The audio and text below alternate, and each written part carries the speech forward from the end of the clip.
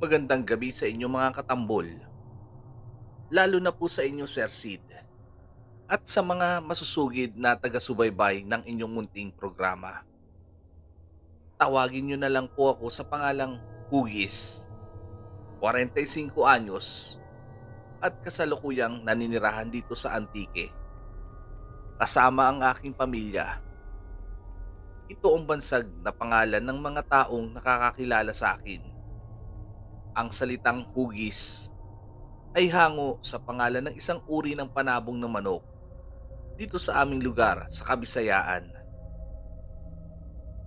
Sa labis na pagkahilig ko sa sabong, simula nung ako'y nagbibinata pa, ay bininyagan ako ng ganitong palayaw ng aking mga kaibigan, lalo na ang aking mga katropa.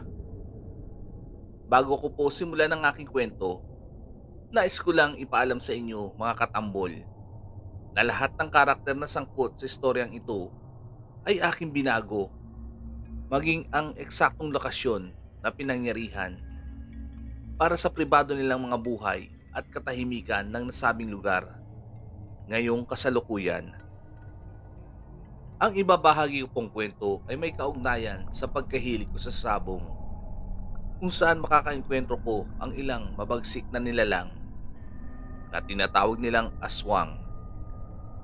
Magsisimula ang aking kwento sa taong dekada 90 sa baryo na aking pinagmulan, Antique. Taong 1976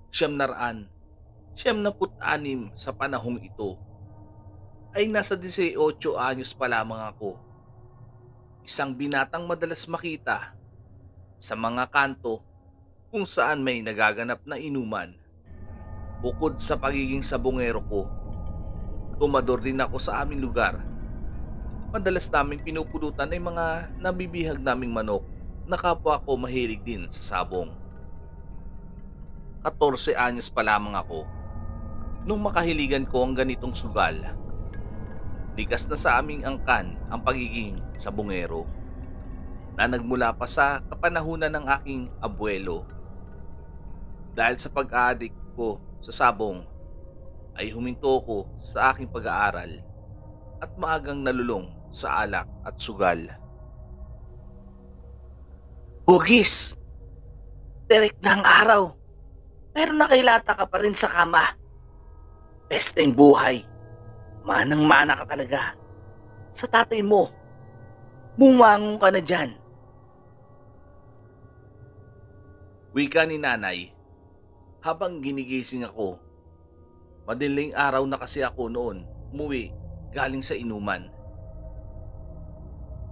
Nay, aga-aga galit ka na naman. Masakit po ang ulo ko at gusto ko pang matulog. Tugon ko naman dito habang nakahilata sa kama. Bumangon ka na dyan. Hugis, huwag mong hintayin na sabuyan kita ng tubig. Wisit ka talagang bata ka. Palagi mo nalang pinapainit ang ulo ko. Ani muli ni nanay at hinampas ako ng walis tambo sa pagkairita nito sa akin. Sir Sid, kahit na mabigat ang aking katawan at kumikirot ang aking sentido, ay pinilit kong bumangon sa kama. Dagding naghilamos at tumupo sa hapag para mag-almusal. Ako ang panganay sa 3 magkakapatid, kaya ganoon na lang ang pagkadismaya sa akin ni Nanay Nelia.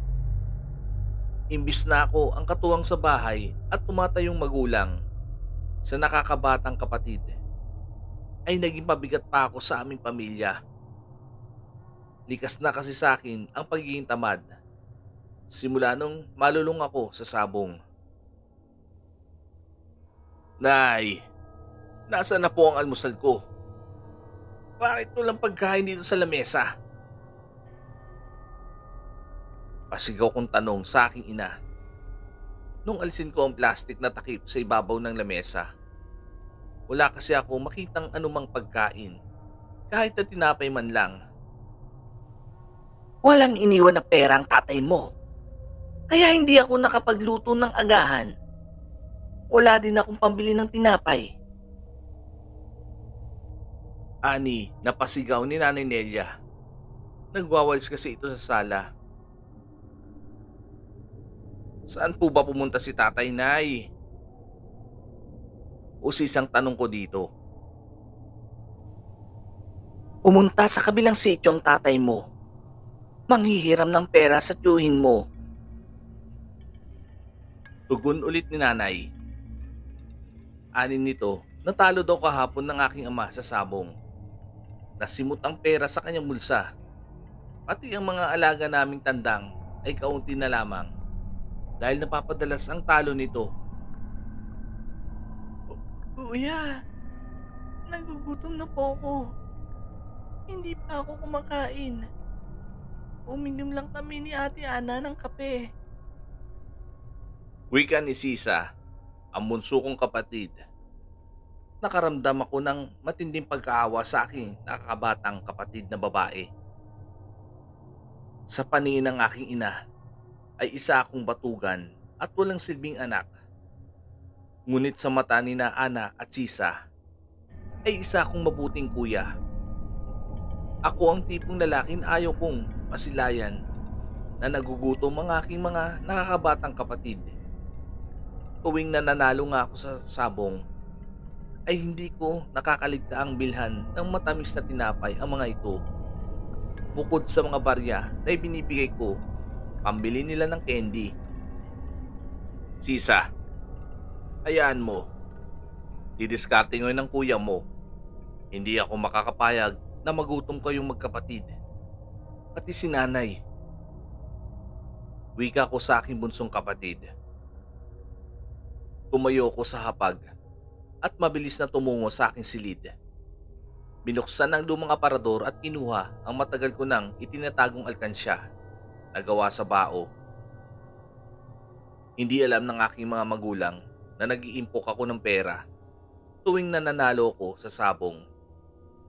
Inakala kasi noon ni Nanay Nelia na nilulustay ko lang ang pera sa alak at sugal. May mga alaga din kasi ako ng manok bukod sa mga panabong ni tatay. Ang mga babaeng sisiw kapag dumaki ay aking ibinibenta. Mga lalaki lang kasi ang inaalagaan ko at ilang inahin kung saan nagpaparami ako ng lahi. Noong makuha ko ang alkansya ay hindi na ako nagdalawang isip na sirain ito. Tumungo ako sa palengke para bumili ng bigas at isda sa aming pananghalian.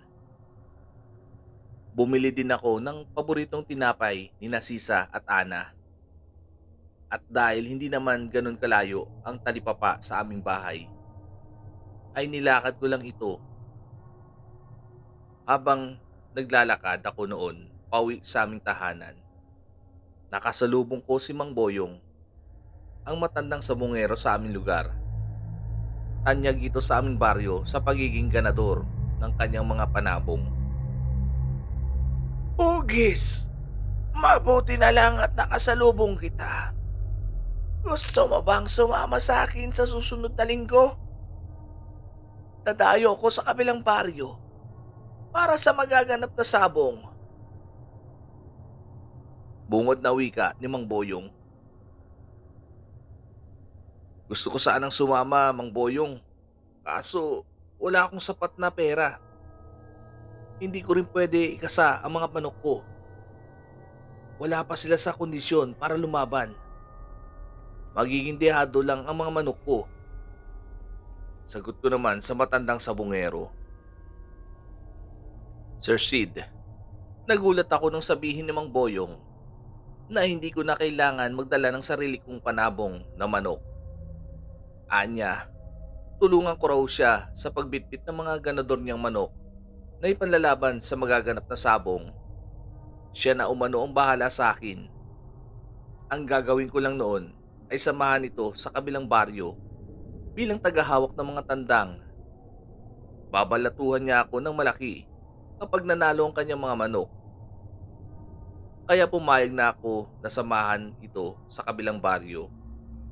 Kahit na may bulong-bulungan na naroon raw ang huling himpilan ng mga aswang. Natuwa ako sa sinabi ng matandang sabungero. Pabor sa akin yun dahil wala akong ilalabas na puhunan. Sasama lang ako bilang tagahawak ng kanyang mga alagang ganador. Sa ikatlong linggo ng Disyembre, ang nakatakdang araw ng aming pagpunta sa kabilang baryo. Tila umayon sa akin ang panahon na magkaroon ng salapi, lalo't gipit kami noon sa pera. At malapit na rin sumapit ang Kapaskuhan. Malaking tulong ang ibibigay ni Mang Boyong para sa aming Noche Buena. Kung aasa lang ako sa haligi ng aming tahanan, ay paniguradong magugutom ang aming pamilya. Hindi naman sa sinisiraan kong aking ama. Napaka-irresponsable kasi nitong lalaki. Kung adik ako sa sabong, ay mas lulong ang aking ama. Hindi lang pagsasabong ang inaatupag nito, bagkus inuumaga din ito sa mga pasugalan sa aming lugar. Imbis na ipambili ng pagkain ay nilulus na lang nito sa larong tong its o di kay pusoy. Minsan nga, Sir Sid, ay nagtatalo din kami ni Tatay Doming. Kaya gano'n na lang ang galit ni Nanay Nelia sa aming mag-ama. Noong makauwi ako sa munti naming bahay, agad kong ibinigay sa aking ina ang bitbit kong supot. Nagwika ako na magsaing ito ng maaga at wag nang hintayin si Tatay Doming. Malakas kasi ang kutob ko. Nauuwi naman ito ng lango sa alak, lalo't lasinggero ang aking tuhin. Malinaw ko rin nasisilayan ang maaliwalas ng ngiti sa labi ni na Ana at Sisa nung makita nila ang matatamis na tinapay. Nagtimpla ako ng mainit na kape at magkakasama kaming nag-agahan. Kahit naalanganin na sa oras, kahit bumili ako ng bigas at ulam, ay hindi pa rin nawawala ang pagiging aburido ni Nanay Nelia. Bagamat sanay na rin ako sa ugali nito, hindi rin ako nagtanim ng galit sa ilaw ng tahanan, kahit madalas ako nitong pagalitan. Saglit lang ako noon kumain ng agahan at iniwan ng dalawa kong nakababatang kapatid sa hapag. Tumungo ako sa kusina upang tulungan si Nanay sa pagluluto. Sinabihan ko rin ito na kumain muna ng almusal dahil alam kong kumakalam ang kanyang sikmura. Nay, ako na po ang maglilinis ng isda. Tiniran po kita ng tinapay. Sa kapunay, sa susunod na linggo. Sasamahan ko po si Mang Boyong sa kabilang baryo. Huwag po kayong mag-alala dahil magdadalihensya ako ng pera. Ilang araw na lang po, Nay, magpapasko na. Kailangan kong kumita ng ipangahanda natin sa araw ng Pasko. Anak, delikadong pumunta sa kabilang baryo. Maraming nagsasabi na iyon ang huling himpilan ng mga aswang. Ilang pamilya na ang nagpapatunay na maraming halimaw sa lugar na iyon. Nababahalang tugon ni Nanay Nelia. Sayang naman po, Nay, kung tatanggihan ko ang grasya. Hindi naman po ako magsasabong. Sasamahan ko lang si Mang Boyong. Isa pat, hindi naman kami tutungo sa pinakaliblib na lugar. Sasabungan lang ang aming destinasyon. Sige na po, Nay. Payagan niyo na po ako. Pagpupumilit ko dito. Ang tigas talaga ng ulo mo, anak. Bahala ka sa buhay mo. Huwag mo kong sisisihin kapag may nangyari sa iyong masama. Hindi ako nagkulang ng paalala sa iyo. Malamig na tugon ni Nanay Nelia. December 21 sa taong aking nabanggit.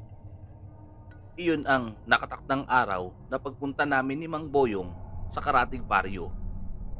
Bitbit namin ang 4 na karton na nagsisilbing lalagyan ng 4 na panabong na manok na halos lahat nakatikim na ng ilang panalo. Sumakay kami ng tricycle sa mismong pagmamay-ari ng pamangkin ng matandang sabungero na si Kuya Boyet.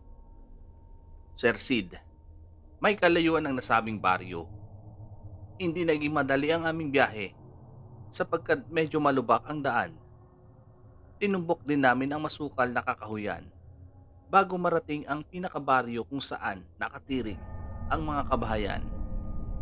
Bago namin narating ang mismong lugar, ay mayroong dalawang kalsada na magkasalungat ang direksyon. Nakasulat sa karatula ang magkaibang pangalan ng nasabing lugar. Habang lulan ako ng tricycle, ay napansin ko ang isang bag sa tabi ng aking kinauupuan. Gamit ito ni Mang Boyong na nakasukbit sa kanyang balikat. Kanina, bago kami sumampa sa tricycle. Dahil medyo nakausdi ang zipper ng itim na bag, ay nakita ko ang bandang dulo ng isang bagay na matutukoy ko na isa itong latigo. Nakausdi din ang puluhan ng maiksing sundang. Sa puntong iyon, tinanong ko ang matanda sa bagay na aking nakita sa kanyang kupas na bag. Mang Boyong, bakit po kayo may baon na sundang at latigo? Saan niyo po gagamitin ang mga sandatang iyan? Pupunta ba tayo sa gyera? Bulalas na tanong ko sa matandang sabungero, sabay biro. Napansin mo pala ang laman ng bag ko, hugis. Basta, may paggagamitan ako ng mga bagay na yan kapag nasa oras tayo ng kagipitan. Mabuti na ang laging handa, lalo't malayo ang lugar na ating pupuntahan. Sagot naman ito sa akin at hindi magawang ngumiti. Tinanong ko ang matandang sabungero kung totoo nga ba na ang baryo na aming pupuntahan ay ang huling himpilan ng mga aswang. Huminga muna ng malalim si Mang Boyong bago nagwika. Ani nito, maaaring tahanan nga ng mga pamilyang aswang ang nasabing baryo na nagmula pa sa bawat sulok ng Kabisayaan. Ngunit walang sapat na katibayan na ito ang huling himpilan. May mga nagsasabi na naroon sa Panay ang napakaraming nilalang. Noong makarating kami sa pinakalooban ng baryo, lula ng tricycle, ay nagtanong kami sa ilang katao na abalang naglalakad sa tahimik na kalsada. Ani nila, naroon sa pinakadulo ng baryo ang malawak na sabungan na nasa ilalim ng pamamahala ng namumuno sa nasabing huling sityo. Nung marating namin ang dulo ay mayroong isang ginoo at ginang na nagbibilad ng palay sa tabi ng patag na lupa. Magandang araw po, Ale. Saan po ba dito ang sabungan? Tanong ni Kuya Boyet sa ginang. Hindi kasi namin kabisadong lugar. Sinabihan lang noon si Mang Boyong ng kanyang kumpare na may magaganap na sabong sa kabilang baryo, kung saan maraming dumarayo na sabungero. Sa karating baryo din kasi naninirahan ang mga kaanak ng kanyang kumpare. Nilipat na sa ibang lugar ang sabungan. Sakop na ito ng kabilang baryo. Sa pinakahuling sityo. Dati nasa bungad lang ang sabungan. Ngunit nung maging punong kapitan ang anak ng isang marangyang dayong pamilya sa aming baryo, ay nilipat na ang pinagdarausan ng sabong. Tumbukin nyo lang ang daang ito. Sa bandang dulo, umaliwa kayo. Mahabang litanya ng matandang ginang. Kung ako sa inyo, huwag na kayong tumuloy. Umuwi na kayo habang maaga pa. Ilang dayong sabungero na ang nawawala at hindi na nakakabalik sa kanilang lugar. Hindi naman sa tinatakot ko kayo, binibigyan ko lang kayo ng babala. Sabat naman ng Ginoo. Salamat po sa ibinigay niyong babala. Pero kailangan po naming tumuloy. Sayang naman kung uuwi pa kami. Saka sinadya talaga namin pumunta sa araw na ito. Tutuloy na po kami at salamat po ulit. Magalang na tugon naman ni Kuya Boyet habang tahimik lang si Mang Boyong. Sir Sid, nagtataka ako sa sinabi ng pamangkin na matanda. Tila may malalim na kahulugan ang tinura nito sa aming napagtanungan. Napapatanong ako sa aking isipan sa sinabi nito na sinadya talaga nila pumunta sa kabilang baryo. Noong tahakin namin ang itinurong daan, tinanong ko si Kuya Boyet tungkol sa bagay na iyon.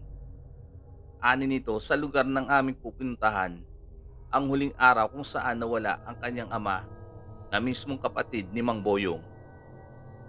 Pumunta ito sa nasabing baryo sa mga lumipas na buwan. Ngunit hindi na ito nakabalik sa kanilang bahay mismo. Ang kumpare ng kanyang tiyuhin ang nagsabi sa kanyang ama na may magaganap na sabong sa karatig baryo. Hindi nito alam kung buhay pa ba ang kanyang sabungerong ama. Doon ko lang napagtanto na hindi lang sabong ang kanilang pakay. Bagkus, may kaugnayan ito sa personal nilang layunin na makita ang nawawalang mahal sa buhay. Walang nakatirik na bahay sa aming dinaraanan. Tanging malawak na kakahuyan ang gumuguhit sa aking paningin. Hanggang sa marating namin ang kaliwang kalsada. Lumiko kami sa gawing yon. Hanggang sa marating namin ang malawak na kapatagan kung saan naninirahan ang bawat mamamayan sa munting sityo. Naroon din sa nasabing lugar ang malawak na sabungan. May ilang tricycle na nakaparada malapit sa bilog na arena. Nagawa lamang sa kahoy. Matutukoy ko na kakaunti lang ang mga dayo na nagmula sa iba't ibang barangay sa kabilang baryo. Nagsimula na ang talpakan nung bumaba kami ng tricycle. Nagkalat na rin ang maraming dugo sa lupa. Halatang ilang panabong na manok ang nagsalpukan sa loob ng arena. Karamihan sa mga naroon ay walang mga suot na damit. Nagsisigawan at nagmumurahan ang manonood sa nagtatagisan na tandang sa ere. Habang dikdikan ng laban, tensyon ang namumutawi sa bawat isa tuwing nagbabanggaan ang dalawang matalas na tarik. Lumapit sa Kristo si Mang Boyong para hanapan ng makakalaban ng kanyang mga ganador na manok. Habang malikot naman ang paningin ni Kuya Boyet, habang nakaupo ito sa kanyang tricycle, pakiwari ko may minamatigan itong tao. Nasa tabi nito ang bag na kanyang tiyo. Matapos maitalpak ang mga panabong na manok ni Mang Boyong, ay agad itong bumitaw na malaking halaga. Malaki ang tiwala nito na mananalo ang kanyang mga manok. Nanatili lang ako sa kanyang tabi at nasasabik makita kung gaano kabagsik ang mga ganador niyang panabong. Sir Sid, hanga talaga ako sa matandang sabungero. Walang kahirap-hirap na tinalo ng kanyang 3 pulang tandang ang mga kalaban, maliban na lang sa isang manok na nakamit ang panalo. Ngunit nakatamo ito ng malalim na pinsala. Naroon din sa nagaganap na sabong sa kabilang gawi ang kumpare ni Mang Boyong na tumaya sa kalaban, dahilan para matalo ito. Nakilala ko ang kumpare nito sapagkat sinabi yon mismo ng matandang habang nasa kalagitnaan ng salpukan ang kanyang mga alaga. May ilang kalalakihan na kasama ang kumpare nito. Lahat sila'y matatalim ang pagkakatitig sa amin. Marahil malaki ang kanilang naipatalong pera. Kahit si Mang Boyong ay galit na pinasadahan ng tingin ang kanyang kaibigang sabungero. Nakapukul din ang paningin nito sa palamuting nakasuot sa kamay ng kanyang kumpare. Isang bracelet na gawa sa asul na goma. Dahil sa malaking panalo ni Mang Boyong, nakakatiyak ako na maambunan ako nito ng malaki. Uuwi na po ba tayo, Mang Boyong? Maiksing tanong ko dito. Matapos ko ilagay ang mga manok sa kwadradong karton na maraming butas sa buong paligid. Pati ang 4 na bihag ay hawak ko na rin. Hindi pa tayo uuwi, Hugis. May kailangan pa akong gawin bago natin lisanin ang baryong ito. Maging alisto ka lang at makakalabas tayo ng buhay. Anin ni Mang Boyong na labis kong ikinagulat. Malakas talagang kutob ko na may hindi magandang mangyayari. Sinipat ko ang tricycle sa bukana ng kalsada at wala roon si Kuya Boyet. Naroon ang bag sa loob ng sidecar. ngunit wala doon ang buntot pagi at sundang. Inutusan ako ng matanda na ilagay ko ang mga kahon at bihag sa loob ng tricycle. At doon na lamang ako maghintay sapagkat may gagawin pa ang magtiyo. Pati ang malaking halaga ng pera ay pinahawakan sa akin ni Mang Boyong. Tumambay ako sa labas ng tricycle at nakatuon lamang ang paningin sa matandang sabongero. Hindi rin mahagilap ng aking mga mata si Kuya Boyet. Nilamon ako ng matinding hilakbot nang hugutin ng Mang Boyong ang isang kutsilyo na may magkabilang talim na isiniksik nito sa kanyang bewang. Kinukutuban ako na may gagawin nitong hindi kanais-nais. Habang abala ang mga manonood at sabongero sa mga sumunod na laban, ay nanatili ako sa tabi ng tricycle. Ayon na rin sa sinabi ni Mang Boyong, ilang saglit pa ay biglang nagkaroon ng kaguluhan sa kabilang bakod. Nagsitakbuhan sa gilid ng bilog na arena ang ilang dayong sabongero. Sir Sid, malinaw kong nasaksihan kung paano pagtatagain ni Kuya Boyet ang kumpare ng kanyang tiyuhin. Halos sumiwalay ang ulo ng Ginoo dulot sa tindi ng pagkakatabas ng kanyang leeg. Brutal at malagim ang sinapit nitong kamatayan sa kamay ng binata. At dahil palihim at pataydor na pinaslang ni Kuya Boyet ang kumpare ng kanyang tiyuhin, ay hindi nakaporma ang mga kasama nito, lalo't wala silang dalang sandata. Gayunpaman, sadyang matapang talaga ang mga ito, sapagkat nagawa nilang lumaban sa sundang na hawak ni Kuya Boyet. Binali nila ang mga matigas na kahoy sa arena para gawing armas. Pinagtulungan nilang atakihin si Kuya Boyet, ngunit nabigo sila sapagkat hinugot nito ang mahabang latigo at walang habas na iniwasiwas sa mga kalaban. Dumating sa punto na bigla na lang sinaksak sa lalamunan ni Mang Boyong ang isa pang lalaki na madalas kasama ng kanyang kumpare. Sanhi ng mabilis nitong kamatayan. Kinilabutan ako sa aking nasaksihan na parang nanonood lang ng madugong palabas. Matapos nito ibaon ng patalim na may magkabilang talim, ay mabilis itong lumapit sa kanyang pamangkin at kinuha ang latigo. Sinigawan nito ang mga dayong sabongero na umalis na habang hindi pa sumasapit ang dapit hapon. Sinabi ni Mang Boyong na mga aswang ang nakatira sa nasabing sityo. Naalarma naman ang ilang dayo at mabilis ang mga itong sumampa sa kani-kanilang mga tricycle at walang habas na pinaharurot. Nagkataon naman na marunong din akong magmaneho ng tricycle, kaya walang alinlangan kung pinaandar ang makina. Tingin ko, sinadya ni Kuya Boyet na iwan ang susi ng tricycle na nakalagay sa susian ng motor. Noong i-start ko na ang makina, ay sumigaw ako na sumakay na ang magtiyo dahil batid kong hindi na kami palalabasin ng buhay.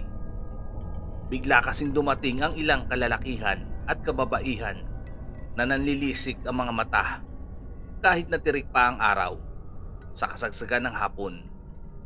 Ang iba sa kanila may mga hawak na armas. Galing ang mga ito sa kani-kanilang mga bahay na malapit lang sa pinagdarausan ng sabong. Sa mga sandaling iyon, umaripas ng takbo ang magtiyo at tensyonadong sumampa ng tricycle. Segunda mano ko itong pinatakbo sa malubak na kalsada.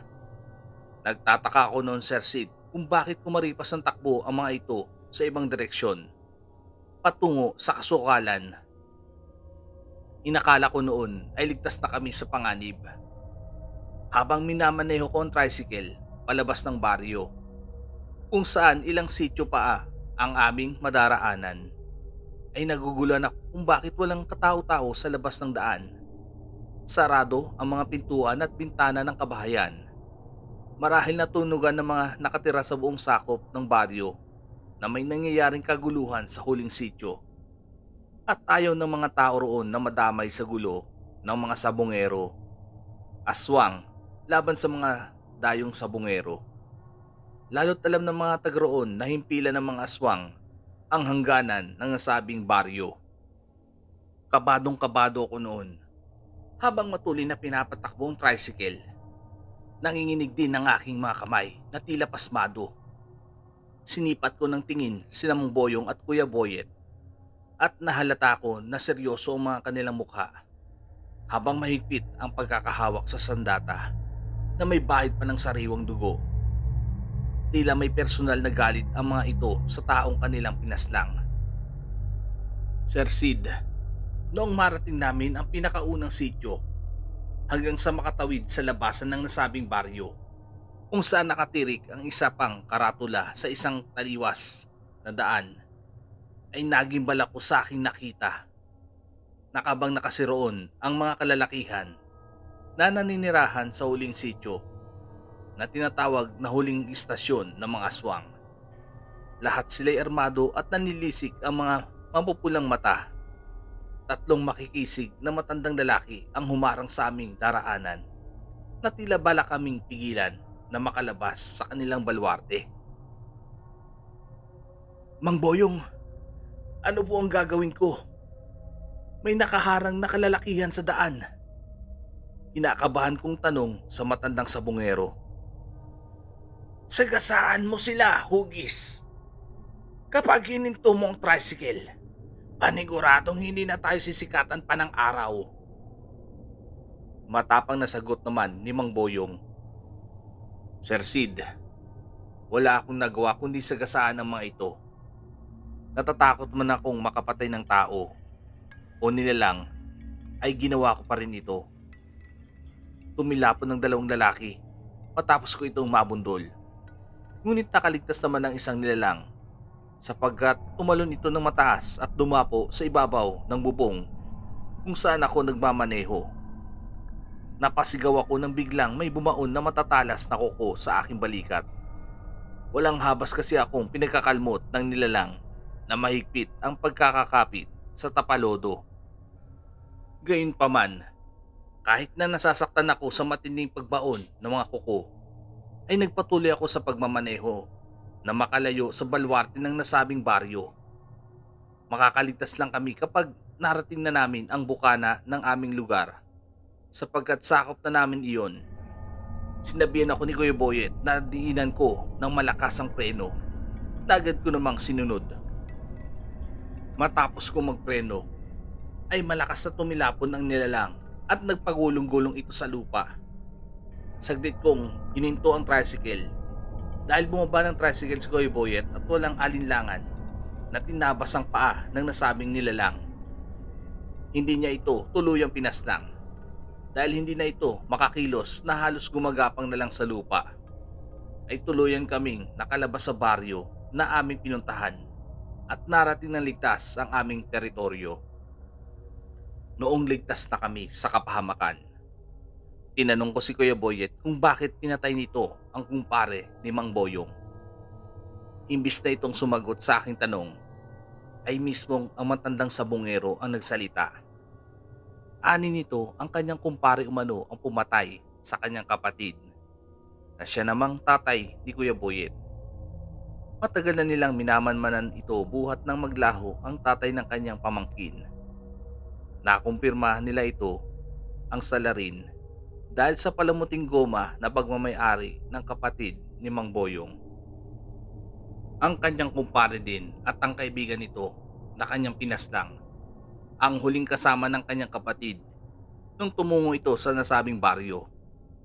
Ginamit nilang sabong sa kanilang paghihiganti para hindi maghinala ang mga nilalang na naninirahan roon. Isiniwalat na rin ito na ang lugar na aming pinuntahan ay ang huling himpilan ng mga aswang na nagmula sa iba't ibang dako ng Visayas at Mindanao. Sila ang mga nilalang na saling lahi at patuloy na nagpaparami ng kanilang angkan. Sir Sid, sa awa ng Diyos, ligtas kaming nakabalik sa aming lugar. Inilihim ko na lamang sa aking mga magulang ang tungkol sa mga nangyari sa kabilang baryo nung makaengkwentro namin ang mga aswang. Pati na rin ang ginawang krimen na magtiyo. Minigyan ako ng malaking balato ni Mang Boyong na ikinutuwa naman ni Nanay Nelia. Wala na rin kaming balak bumalik sa baryong iyon. Sinabi din sa akin ng matandang sabungero na huwag akong mababahala dahil hindi naman kami gagambalain ng mga aswang sa sarili naming baluarte. Lalo't na ibulgar na ang kanilang tunay na katauhan na maaari nilang ikapahamak sa taong bayan. Ang nais lang ni Namang Boyong at Kuya Boyet, singilin ang nilalang na pumaslang sa mahal nila sa buhay. Hanggang dito na lamang po ang aking kwento, Sir Sid. Naway magbigay aral ito at babala sa mga taong mahilig dumayo sa mga liblib na lugar. Matutong makinig sa payo ng magulang at matatanda. Minsan ang katigasan ng ulo ang maghahatid sa kapamakan. Lubos na gumagalang at nagpapasalamat ang inyong masugid na taga-subaybay. Hugis ng Antique.